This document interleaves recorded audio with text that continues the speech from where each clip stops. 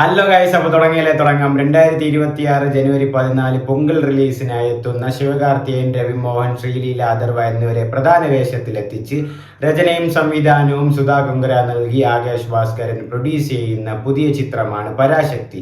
അതിലെ സിംഗിൾ പുതിയൊരു സോങ് അവർ റിലീസ് ചെയ്തിട്ടുണ്ട്. അടിയലയെ പാടിയിരിക്കുന്നത് സീൻ റോൾഡൻ ആൻഡ് ദി ആണ്. ഈ പടത്തിന്റെ മ്യൂസിക് ഡയറക്ടർ ജി.വി. പ്രകാശ് കുമാറാണ്.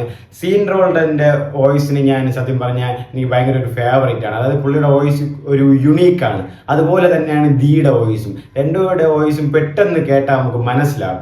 ആൻഡ് ജി.വി. ഇതുപോലെ എന്താ പറയുക, ജി.വിയുടെ മ്യൂസിക്കിന്റെ ഒരു പോക്കെന്ന് പറയുന്നത് വൺ മാർജിനിലാണ്. അതായത് ജി.വി. എല്ലാ ടൈപ്പും ജി.വി. സത്യം പറഞ്ഞ ഒരു അണ്ടർ റേറ്റഡ് ആണ്. അതായത് പലപ്പോഴും ആഘോഷിക്കപ്പെടാത്ത ഒരു മ്യൂസിക് ഡയറക്ടറാണ് ജി.വി. പ്രകാശ്. ഇപ്പൊ റീസെന്റ് ആയിട്ട് വീണ്ടും രണ്ടാമതും ദേശീയ അവാർഡ് ജി.വി. പ്രകാശിന് കിട്ടി. സോ അടിയലേ സോങ് നമുക്ക് റിയാക്ട് ചെയ്യാം. Dawn Pictures, red giant movies, Inban Udhayanidhi presents. Guys, മുമ്പ് ഉദയനിധി സ്റ്റാലിൻ പ്രസൻസ് ആയിരുന്നു. ഇപ്പൊ ഇൻപൻ ഉദയനിധി, അതായത് സ്റ്റാലിന്റെ മകനായിരുന്നു ഉദയനിധി, അത് പ്രസൻസ് ആയിരുന്നു. ഇപ്പൊ ഉദയന്റെ മകനാണ് ഇൻപൻ. സോ ഇൻപൻ അങ്ങനെ തലമുറയായിട്ട് പോവുകയാണ് ഗൈസ്. റെഡ് മൂവീസ് ആണ് അവിടെ എല്ലാം ചെയ്യുന്നത്. പരാശക്തി ആൻഡ് അതേ സമയം 9-ാം തീയതി വിജയുടെ ജനനായകനും തളപതി വിജയുടെ ജനനായകനും ഉണ്ട്. എന്തൊക്കെ നടക്കും, തിയേറ്ററിന്റെ ഇഷ്യൂസ് ഒക്കെ എന്തൊക്കെ വരും നമുക്ക് കണ്ടറിയാം. ശിവകാർത്തികേയൻ, SK, പരാശക്തി, സുധാ കുങ്കര.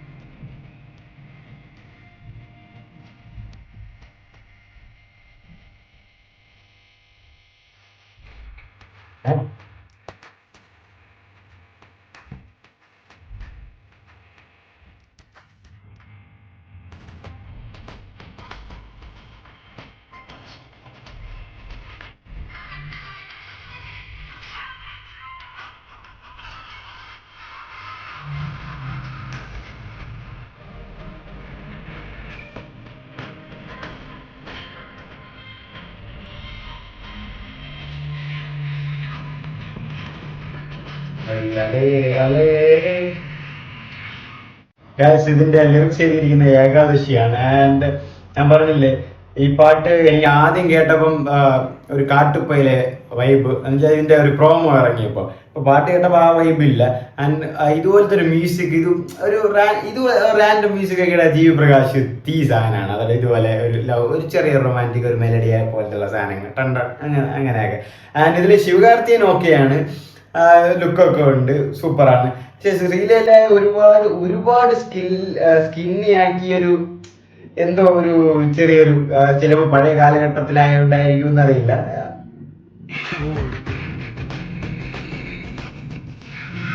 സീൻ റോൾഡാണ് പുള്ളി, സിംഗറുമാണ്, മ്യൂസിക് ഡയറക്ടറുമാണ്.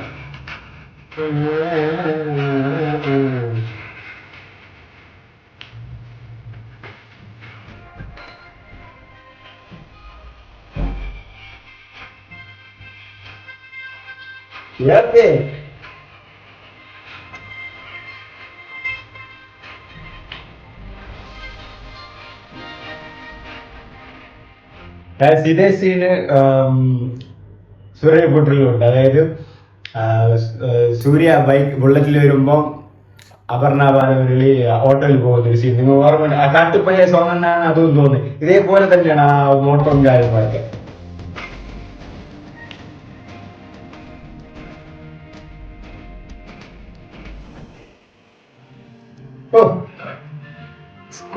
കോളേജ് ഭയം പോലെ ഇരിക്കുന്നത്.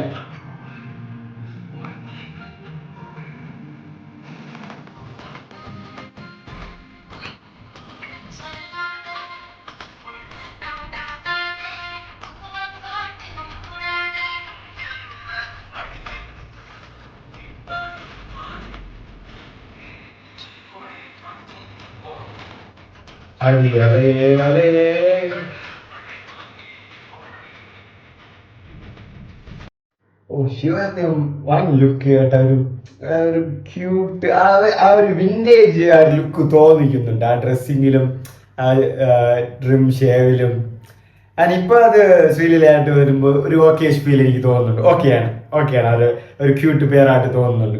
And first of all Atharva Sreeleela വരുന്ന ഒരു സീന് ഇതിനു മുമ്പ് ഗ്ലിംസ് പോലെ എന്തോ ആ ടീസറിലാണെന്ന് തോന്നുന്നു. അപ്പൊ എല്ലാവരും വിചാരിച്ച അഥർവയ്ക്ക് പേരായിരിക്കും ശ്രീലീല. ഇതിപ്പോ കണ്ടപ്പോ തിരിച്ചായി.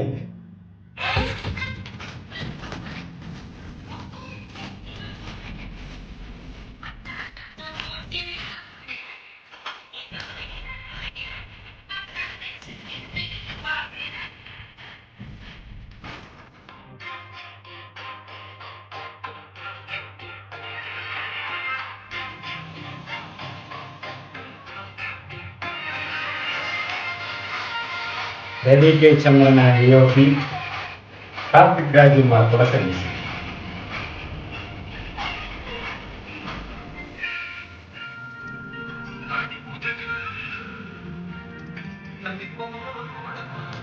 സീനിന്റെ വോയിസ് കേട്ടാണ് എല്ലാം ഒരു കട്ടി വോയിസാണ്, അറിയാം.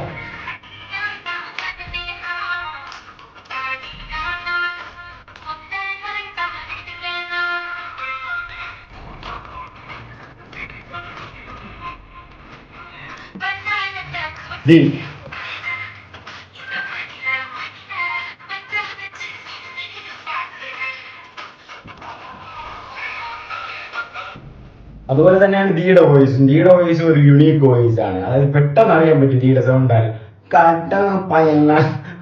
പെട്ടെന്ന് അറിയാൻ പറ്റും. ആൻഡ് ദിയും സന്തോഷ് നാരായണ, എഡ് ഷീരൻ, ഹനുമാൻ കൈൻഡൊക്കെ ആയിട്ട് ചേർന്നൊരു ഇന്റർനാഷണൽ മ്യൂസിക് പോലത്തെ ഒരു മ്യൂസിക് ഈ റീസെന്റ് ആയിട്ട് റിലീസ് ചെയ്തിട്ടുണ്ടായിരുന്നു.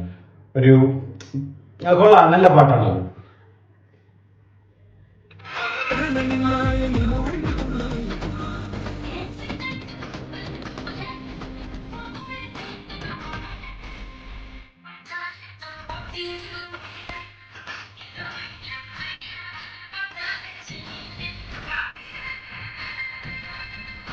സുധാകരൻ എനിക്ക് ഒരുപാട് ഇഷ്ടപ്പെട്ടതാണ്.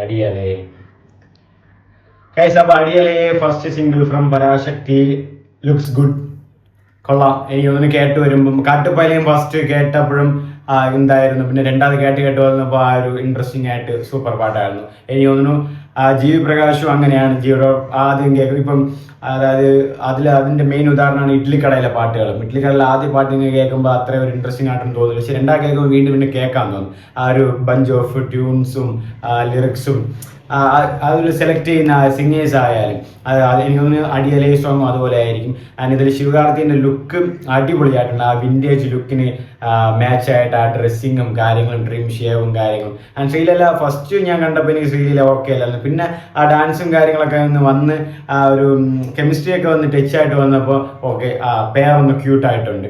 And G Prakash music was very good. And Sudha കൊങ്കരാട, ഇർദിസുട്ര, സൂര്യപുത്രൊക്കെ നിങ്ങൾ കണ്ടു കാണും. അതുപോലത്തെ ഒരു ബേസിൽ ഇതൊരു മുൻപ് പറഞ്ഞ പോലെ ഇത് മുമ്പ് ദുൽഖർ, സൽമാൻ, സൂര്യ എന്നിവരെയൊക്കെ വെച്ച് ചെയ്യാനിരുന്ന ഒരു പ്രൊജക്റ്റ് ആയിരുന്നു. അങ്ങനെ പുറനാനൂറ് അങ്ങനെ എന്തോ ഒരു ടൈറ്റിൽ അവർ റിലീസ് ചെയ്തിട്ടുണ്ടായിരുന്നു. പിന്നെ എന്തോ ഇഷ്യൂ കാരണമൊക്കെ ആയിട്ട് മാറ്റി കാസ്റ്റ് ആൻഡ് ക്രൂ ഒക്കെയാണ്, കാസ്റ്റൊക്കെ മാറ്റി. ആൻഡ് ഫൈനലി അവർ പഴയ പേര് മാറ്റി പുതിയ പേര് പരാശക്തിയാക്കി. പിന്നെയാണ് ശിവകാർത്തിയൻ, രവിമോഹൻ, അഥർവയൊക്കെ ഇതിൽ വരുന്നത്. എനിക്കൊന്ന് അഥർവ നേരത്തെ ഉണ്ടായിരുന്നു തോന്നുന്നു. ശിവകാർത്തിയൻ, രവിമോഹനൊക്കെ പിന്നെയാണ് അത് കാസ്റ്റിലേക്ക് വരുന്നത്. അങ്ങനെ ഈ സിനിമ റിലീസ് ചെയ്യുന്നത് ജനുവരി 14 പൊങ്കൽ റിലീസിനാണ്. ആൻഡ് ഒരു ക്ലാഷ് തന്നെയാണ്. 9 തളപതിയുടെ ജനനായകൻ, തളപതി അവസാന സിനിമയാണെന്ന് പറയുന്ന ജനനായകൻ റിലീസ് ചെയ്യുന്നുണ്ട്. 3 ദിവസം കഴിഞ്ഞ് 14 പരാശക്തി ഇറങ്ങുന്നു.